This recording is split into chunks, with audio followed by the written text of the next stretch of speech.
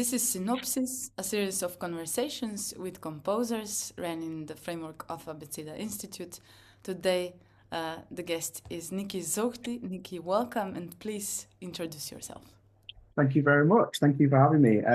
So I'm Niki Zohdi. I'm a composer based in the UK, and I took part in this year's Bled Festival. So I'm really happy to be here and talk about my music. Lovely. Can we start perhaps with how you got to music? Yeah, so I became a chorister in a cathedral choir when I was, I think 7. So I started singing in a cathedral choir from 7 years old, and I've never really left cathedral singing. So that's the same cathedral where you still sing? No, I sing at a different cathedral now. I mean, I go back sometimes, but I sing at a different place now. But yeah. So I've been singing ever since I was around 7, and that singing's carried on, and I've become interested in composition, but mainly because of an enjoyment of singing early music, lots of Renaissance music, and that's kind of fueled my interest in contemporary composition and the parallels between the both of them. So that's where the compositions come from. So that's where the interest because you recently finished your PhD thesis, Yep. with the main subject being relationship between already written musical materials and contemporary music and its use in contemporary music. Perhaps you can immediately tell us more about that. What is the subject? What are you researching there? Yeah, so I've always had an interest in early music and uses of pre-existing material such as quotation or the types of musical borrowing in contemporary music. And not just that, but I always find that lots of the contemporary music I'm interested in are composers who have an engagement in one way or another to early music. So I have lots of interests in the new complexity, and lots of composers within that, under that descriptor of composers that have links to early music, especially Renaissance music. So that's the kind of very basic link between the two. But my PhD thesis looks at how you can view the use of pre-existing material in music through a lens of distance. So that looks at how proximate or how distant uses of pre-existing material in my music are to the original source that we use. So it's kind of looking at this kind of fluctuating movement between levels of proximity and kind of levels of being contrived from an original source, and using that as a tool to create formal structures and pick structures, rhythmic structures, parametrical structures for composition. And what is it, if you would go further into this, that drives so much interest for you in this proximity or distance? Yeah, it's that lots of literature on uses of pre-existing material or musical borrowing. I tend to avoid using the word musical borrowing for a start, because I know that's the common term that's used to describe this, but nothing's exactly borrowed, is it? Because if you borrow something, you give it back. So that's why musical borrowing's always been troublesome. So I try to say uses of pre-existing material. So lots of literature around it is very kind of polarized. It does use it or it doesn't use it, especially in reference to contemporary music. So lots of literature talks about perception. I'm not exactly interested in perception. I'm more interested in using the idea of the middle ground between a yes or a no. So that kind of different levels of using pre-existing materials, different levels of kind of distorting pre-existing materials in music or obscuring pre-existing materials in music, and using those different methodologies as a form to create formal structures or ways of composing methodologies for pieces. Mm-hmm. It's that kind of middle space, as opposed to the yes or no. Does it use pre-existing material or does it not? Mm-hmm. Mm-hmm. And do you see the use of pre-existing materials as something that's, I don't know, how do you see that in the macro picture of all music being, in a sense, connected to each other? It's still something that develops through a course of evolution with humanity. How do you see this use of materials in that sense? That's another big part of it. So it's not just about taking materials themselves. It's looking at compositional technique. So I concentrate a lot on compositional technique, especially from medieval music, because I really see parallels between lots of kind of, I suppose, 15th century music, 15th to 16th century music, and lots of music in the late 20th century and 21st century. So as opposed to thinking about that as kind of temporal transformation, linear transformation, I see it very much of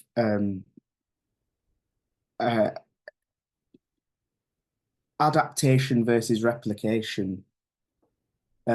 So there's lots of there are more parallels between lots of contemporary music to early music than there are to the stuff in the middle, for example. And for me, it is about how composers adapt the interests they have into contemporary context, as opposed to how composers can replicate those techniques, if that makes sense. So it's looking at recontextualization as opposed to replication. So as opposed to seeing it as this linear kind of evolution, as you put it, it's more looking at how one adapts it or readapts it or recontextualizes it. More to these parallels, could you provide us with some specific examples? And as well, what do you see as a researcher in this area? As the reason that this happens, do you think is it simply inevitable to, are some of these techniques simply universal to composition, or the opposite, or what do you see as the reason for this to happen, emerge?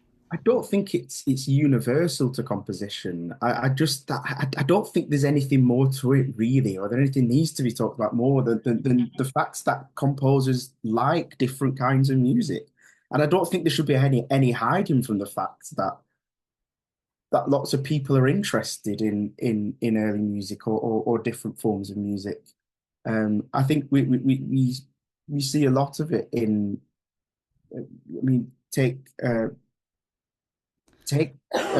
Brian Ferneyhole's Umbration cycle from the early 2000s. I mean, it's all based on Christopher Tye's music, and we see a lot in Wolfgang Riem. We see lots of it in. Oh, there are a plethora of composers, Klaus Huber. There are a plethora of composers, I think, that have this very specific, or not specific, but interest in early music. And I think there's something to be said about approaches to composition or methodologies of composition in medieval music that have closer parallels to later 20th century approaches than you would find in later music compared to the medieval music. So I suppose that there are parallels in ways in which composers wish to approach. I mean, you see that in some of the early Peter Maxwell Davies music.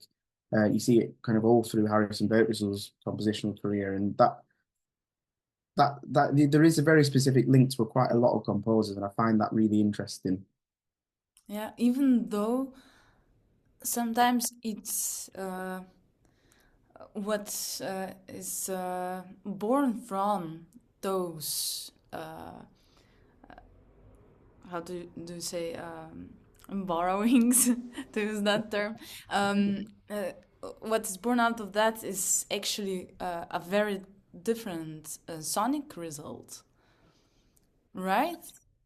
Absolutely, but that's exactly what I mean about recontextualization versus replication. So it's not a matter of replicating, and I can probably give some sort of somewhat controversial example of this when it comes to historically informed performance. That for me is an attempt at replication as opposed to recontextualization, and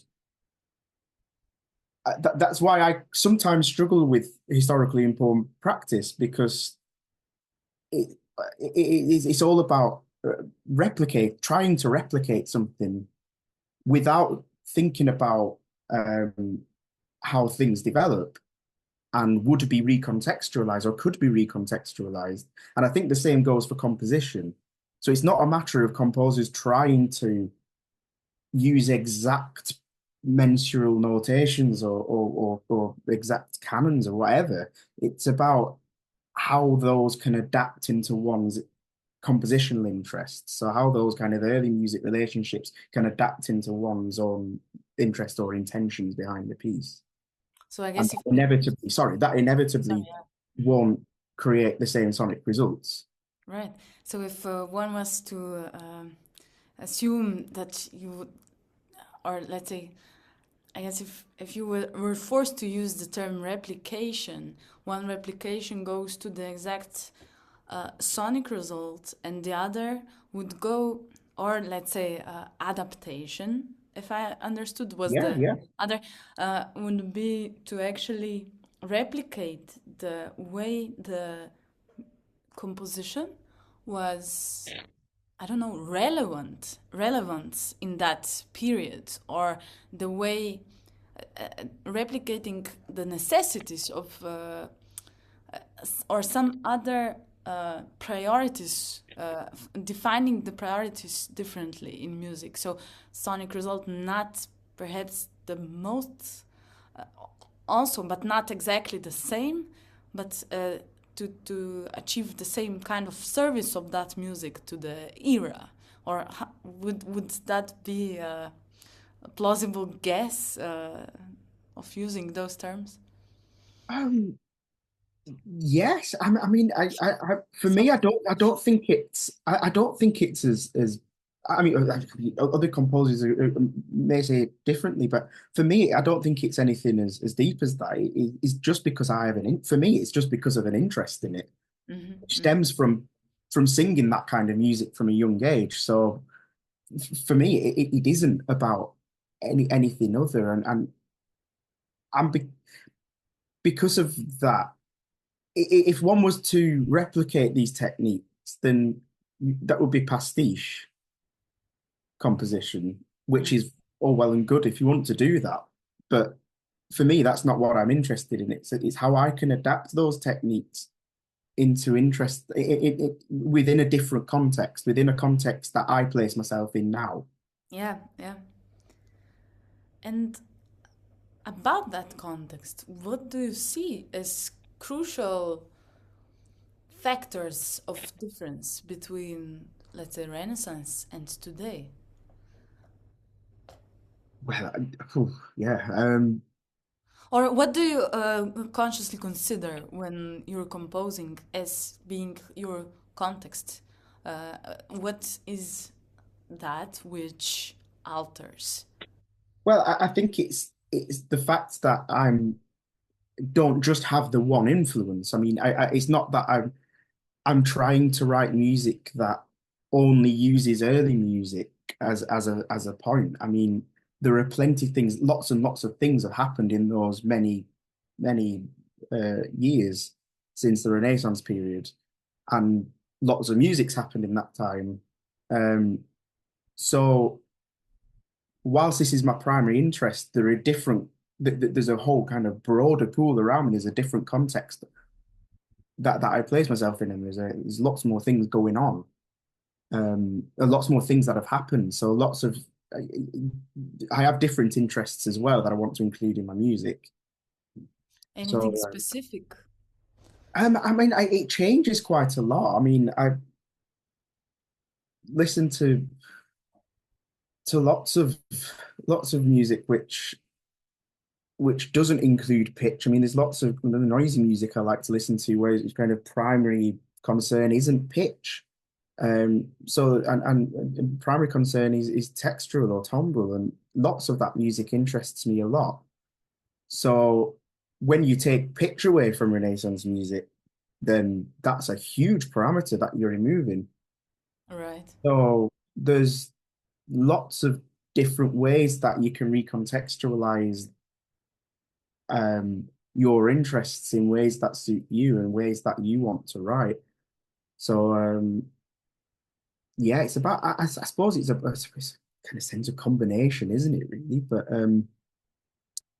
yeah, that's it really, I think. Yeah, because let's say also for someone that will be is a listener to your music, what are the main factors for you in compositional practice in composition that you're working with? So I'm interested in the idea of movement and fluctuation between contrasts. Mm-hmm. So that works in different ways. That either works between a constant my composition constantly moving in different parts between contrasting elements. So that could be, for example, pitched sounds, unpitched sounds, or kind of primarily pitched sounds or unprimarily Yeah, pitched sounds, yeah. that Mm-hmm. kind of thing. Or that could also be trying to combine two contrasting elements together beforehand, and the offshoots that they produce in pre-compositional processes or sketches is what becomes the composition. So I'm interested in this idea of colliding contrasts Mm. or moving between contrasts. Did you Um, say pre-compositional? so lots of my music happens as not exactly sketches, but well, I suppose yeah, sketches, but lots of material happens before I actually write Mm-hmm. Mm-hmm. um, the final composition. So that's the kind of thing I'm interested in. I mean, I kind of have these maybe two or three or four, whatever, pre-compositional sketches which I try and combine together.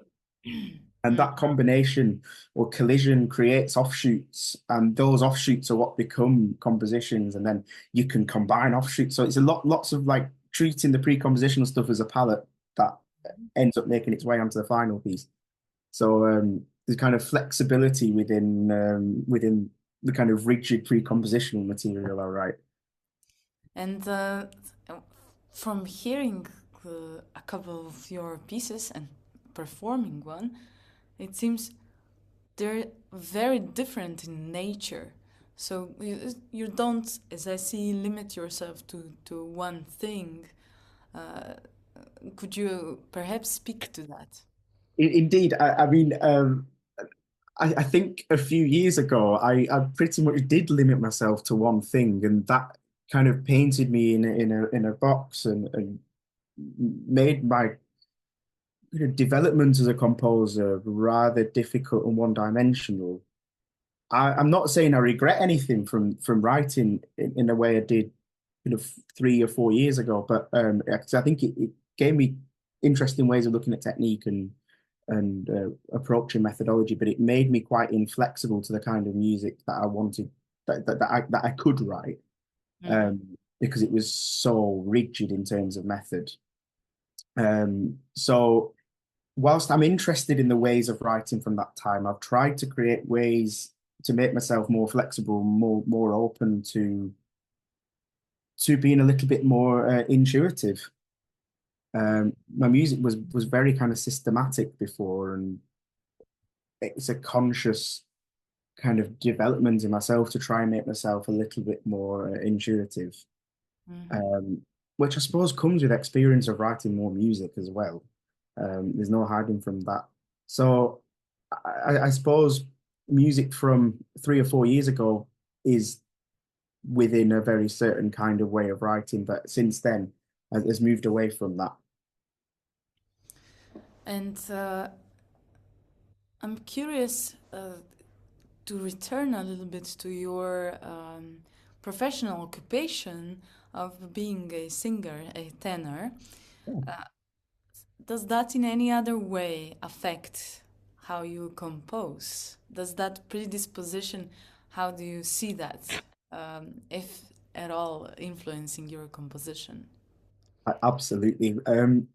Yeah. for a start, it's probably one of the main reasons I've not written much choral or vocal music. Um, yeah, so there's quite a lot to say about this. So I feel as a composer that I'm a little too close to being a singer.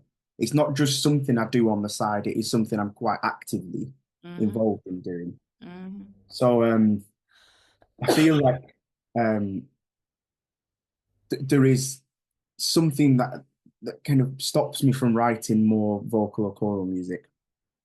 However, in 2022, I got a commission from Ensemble Pro Victoria to write a choral piece or Clavis David um, for an Advent festival, and uh, I wouldn't have written the piece if I wasn't asked to write the piece. So I've had no kind of want to write a choral music, just to write a choral piece before that. So I wrote the piece because I was asked to write it, and that was great because it was a turning point in my approach as a composer. Um, and I really felt a way of thinking as a performer writing that piece as opposed to as a composer. So everything before that I really thought of as a composer and not a performer. That's not to say I didn't think about the performer, but I did think of it as an active performer, if that makes sense. So after writing the choral piece, that was very much written as a performer. Um, and those processes of thinking kind of ended up transferring onto every composition I've written since. Hmm. So again, it's not me trying to say that I'm trying to write it as a singer, making it like vocal music, making instrumental music like vocal music. That's not what I'm trying to do. But I'm actually thinking about the processes of, oh, they're kind of not processes, but experience of being a performer and how that affects how I compose as well. So I think about that so much more now and realize that there isn't a separation between the two. The two are much, much more combined than I ever thought they were. And because of that close combination of the two, it's probably why I've not written much choral music. So as opposed to a watch which on the surface seems like a big separation, it's more of such an integration between the two and such a thought between the two that I've refrained from writing choral music. I've written a little bit more since, but again, still much more instrumental music than choral music or vocal music. So, What so is it? yeah. What is it that makes the biggest distinction when you mention as a composing as a performer and composing as a composer? It's hard to say. It's nothing in terms of the music itself. It's actually to do with with the actual way of thinking, I think. Um, so it's not a matter of me trying. No, it's it's actually an awareness more than anything else. It's an awareness that the two aren't separated. And I think I wasn't sure before the choral. I think before the choral piece. I just assumed that the two were very separated. I was a composer and I was a performer. But writing the choral piece, I realized that they weren't separated. And since then, I've realized that there is an integration between the two, and it's not something that I should ignore. I Mm-hmm. don't think that changes the way I'm interested in composing, but I think it changes the way I think about the music I produce in the end. Mm-hmm. Mm-hmm. And to continue with how, in general, do you um, conceive of composition, specifically on your own practice, and then also, if you will, a more general view of that? In composition in general, Um, well, perhaps just composition or compositional practice. What do you, what is your working definition? How do you conceive of it? I I don't really. I mean, I just think myself as being a composer and somebody who writes music they like to Yeah. write. Mm-hmm. I think that's it for me. I mean, again, I think lots of people probably perceive it in a different way, but but for me, it is pretty much I enjoy writing the music I write, and that's why I'm a composer, I think. Right. Yeah. Good enough. Yeah. Um, okay, to continue, future works. Where do you see, um, or perhaps if you ever thought, what is it that in your lifetime you want to achieve in composition? Where do you see your opus going? Or if not that, what do you see you really want to compose in the future? Wow, I don't think I have an ultimate goal. I think for me, composition is such a kind of a string of what you write. Each piece for me, each previous piece influences the next piece. So it's all this kind of continuous string of compositions for me. So I kind of get ideas for other pieces based on on ideas that may not work for the piece I'm writing presently. Mm-hmm. So that's why really I don't really have this kind of ultimate goal. I mean, it'd be lovely to write a huge ensemble piece for a for a big ensemble. Yeah, I mean, stuff like that would be a nice thing to do, but it's not like an ultimate goal that I strive to achieve. I just want to write music I really enjoy writing, and just keep getting performances really, um, and just a future where I uh, uh, have performances and be able to meet new people and write new things. But no kind of ultimate goal, I don't think. Well, now a naive question, but I think a very curious one. Why do you see it's so important to, you know, get the music performed? What is it? And also, um, something I want to touch on is multiple performances of one piece. Hmm. Today, what do you see that as a relevant thing? Yeah, and I mean, I think I mean, for me, I mean, I want music's music's nothing if it's just on a score. I mean, notation's a very important thing, and the scores are beautiful things, and they're very interesting things to talk about as an object. For me, at least, other people might disagree. I don't know, but I'm interested in hearing my music. I love hearing other people's music. Music is there to be heard, really, and I that for me is why having pieces performed is important. But in yeah, in terms of your last question, um, uh, sorry, what was it? Sorry, it's gone out of my head. Multiple Multiple performances. performances. That's the one. That's the one. Multiple performances. I've- yeah, I mean, it's always nice to have your piece performed multiple times, and I've had a few pieces which have been performed multiple times, and it's nice. It's nice to have that. I don't think it's something that's extremely important to me, Mm-hmm. but it also I think that the nice thing about it is that you're able to see how different performers interpret your music. Um, I'm not interested in anymore, at least I used to be. I'm not interested anymore at being really prescriptive in terms of the actual collaboration. I mean, I like to think my scores are rather detailed, but I don't like to be really prescriptive as a one-to-one thing with performers about specifically how I want things, because the function of notation is how, and the beauty of it for me is how one perceives it, how one interprets it. And that's different for each composer. Sorry, that's different for every performer who plays your music. Um, and I like that kind of humanity within it. Um, the fact that all human beings are different and approach things in different ways is what makes multiple performances interesting. Mm-hmm. Um, Especially as a composer, being able to kind of see how different performers interpret your Right, notation and right. scores. Yeah, it's something I noticed in Moire when we Hmm. performed it with abeceda. Um, I thought it was very thoughtfully composed to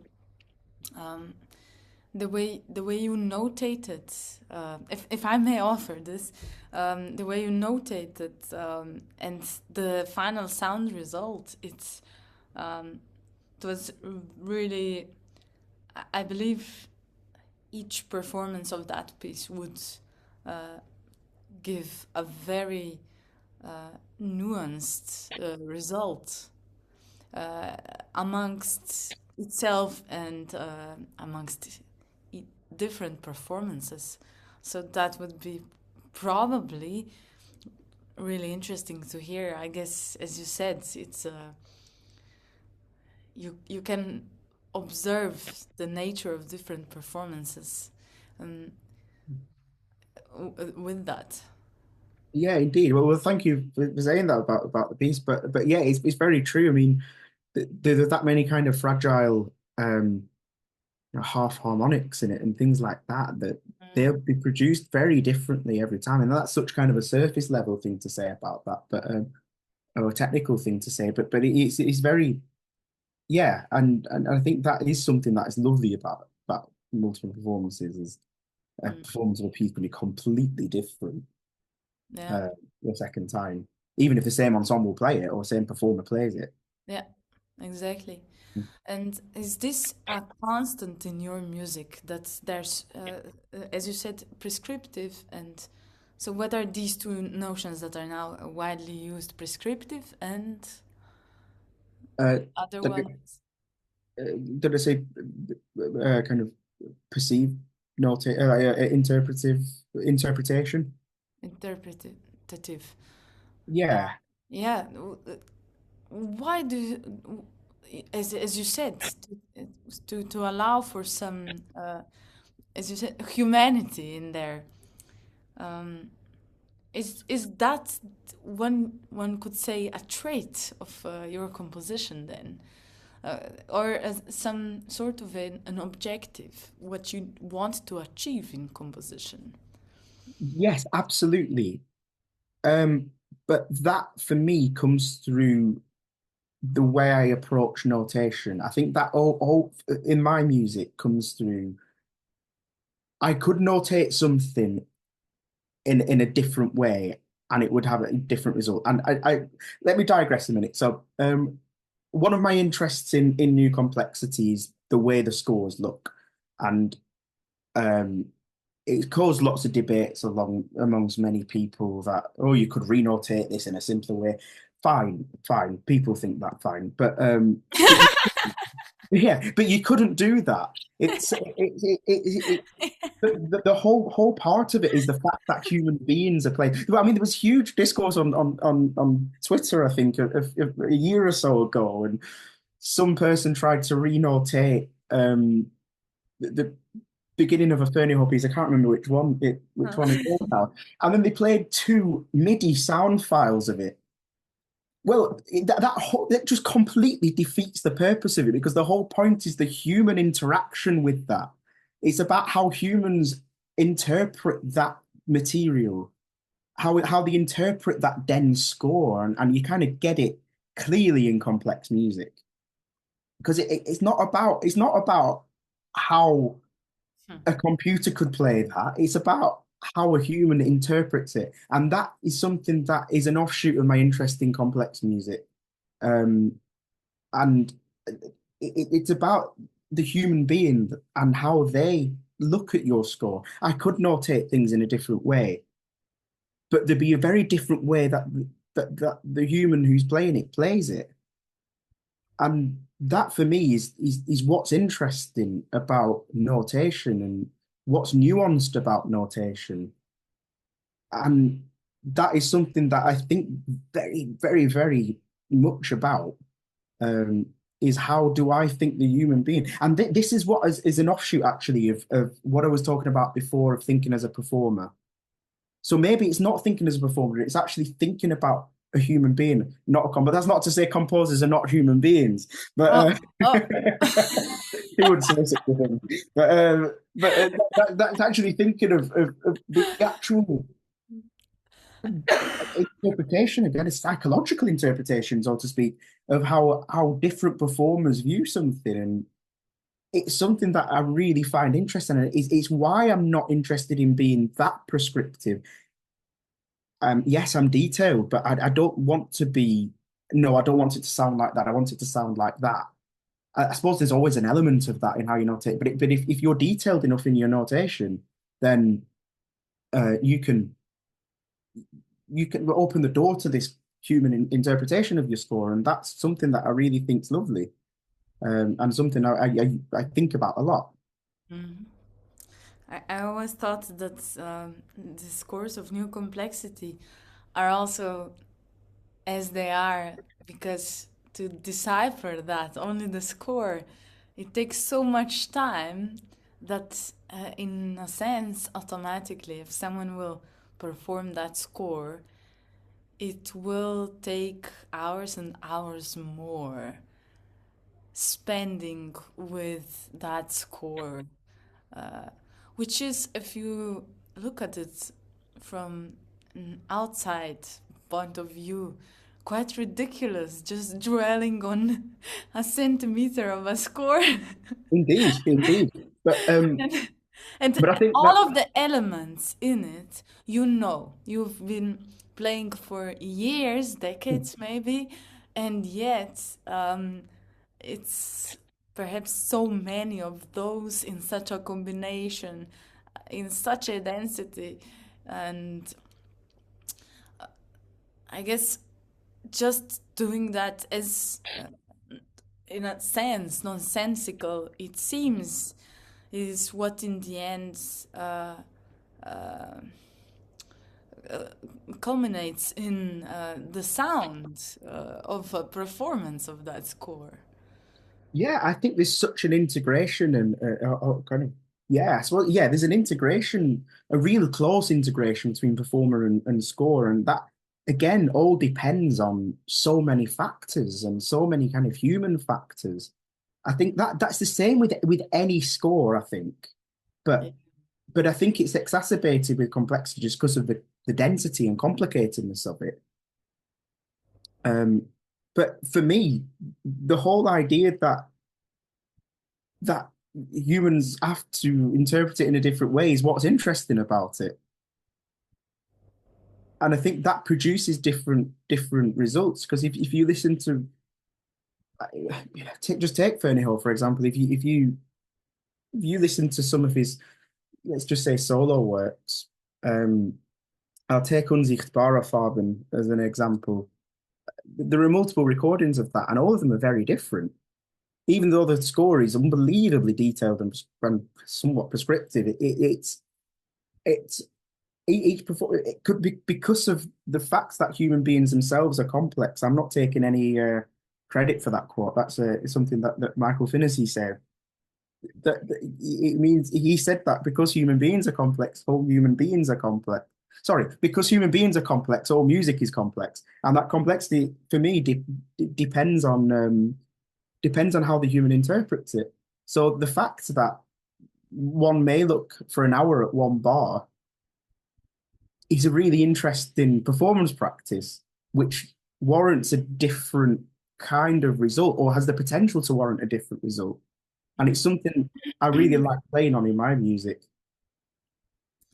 And in a sense, also, that then demands a building of not anymore new, but at that time for new complexity, whole new skill set needed to perform that. Absolutely. Absolutely. I mean, yeah, and that kind of skill set develops, and more people become aware of it. More people have their own ways of dealing with certain challenges, and that's another reason why or how notation can just keep on developing in that way. Is people begin to find their own ways of dealing with challenges. Yeah, and in a sense, every composition need demands further development or a new aspect of development, like Moire, for example. And do you consciously predict that, or do you, what do you extract then from seeing the performances? Do you see through that process? Do you catch some of those, let's say, new parts of skill sets that are arise through these performances? Yeah. I mean, I kind of think about that whilst writing the piece of how performers will interpret, but obviously it's different every time, and sometimes I'm shocked, not shocked, but surprised in a way that different people interpret something. So there's not a bad thing at all. Like, Yeah, yeah, yeah. that's all part of it, I think. And Mm-hmm, mm-hmm. yeah, I do think this whole idea of, of just how one just looks at something on a page and would play it differently if it was notated differently, because that Yeah. changes the way a piece is performed. Mm-hmm. Um, I think in the harp part, for example, in Moire, I have bits where I say play pitches in this register as quick as possible.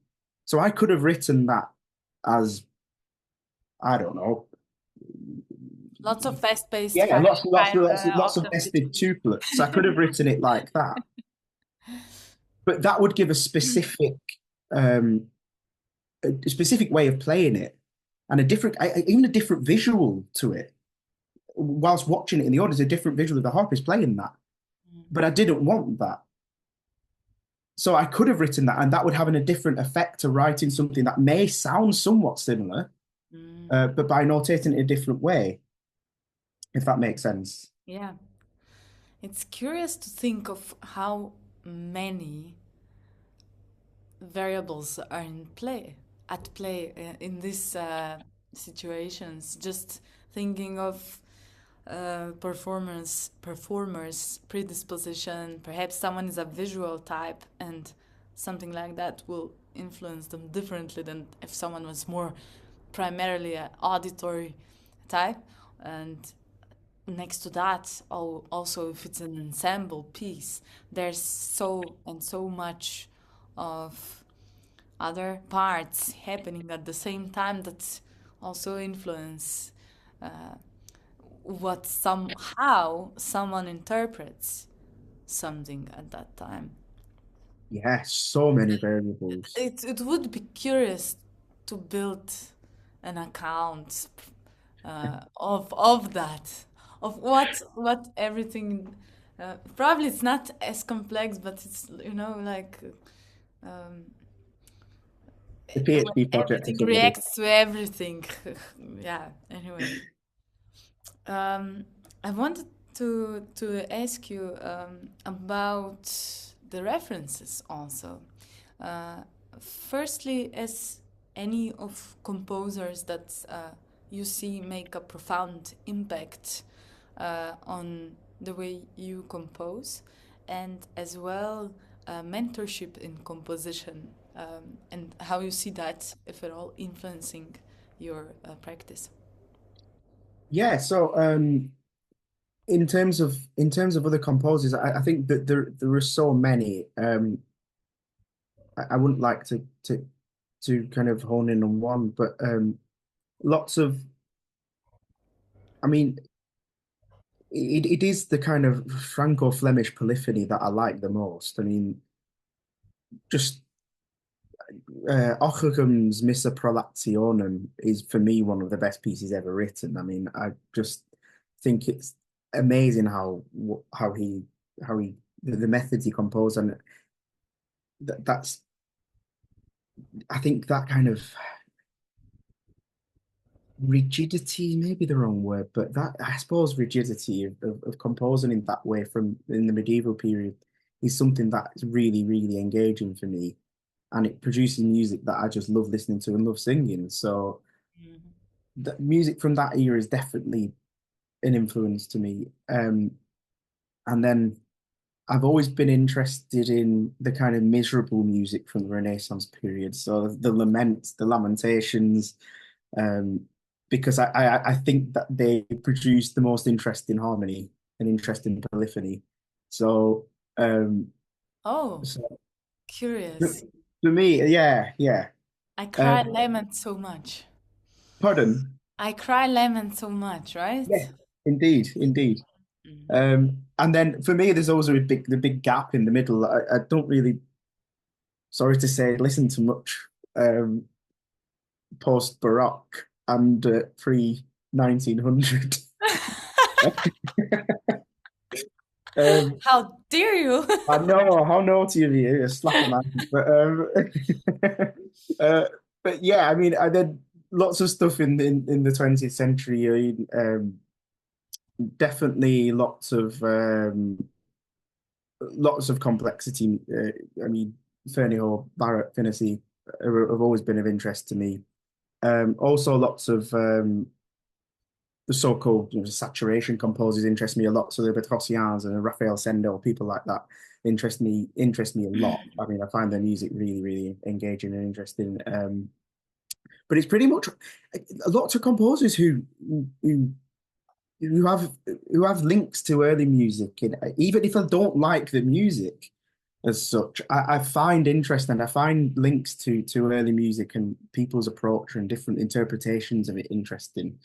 Um, in terms of mentorship, yeah, I've learned a hell of a lot from my teachers. All my teachers have been fantastic. So I studied my undergraduate and masters with Roger Redgate down at Goldsmiths in London, and learned a hell of a lot from him, especially very technical things, which has been very, very useful. And my PhD has been with Mick Spencer and Martin Iddon, again, two very different types of teacher, but two of which are giving me so many fantastic skills, I think, and I'm very By appreciative. very technical, you mean counterpoint and harmony or something No, no, else? not specifically counterpoint and harmony. No, more kind of more specific to my interests in terms of a composer now. So not about. I mean, I'm interested in harmony, counterpoint, and things like that. But no, not techniques such as that, but more techniques such as how to develop formal structures, how to develop approaches to pitch, approaches, strategies to rhythm, blah blah blah, things like that.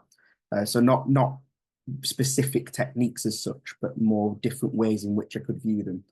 Um, but also, I've done a little bit of teaching at the university, and pedagogy for me is something that is important as well. I think you learn a lot from your students, um, especially how they conceptualize things.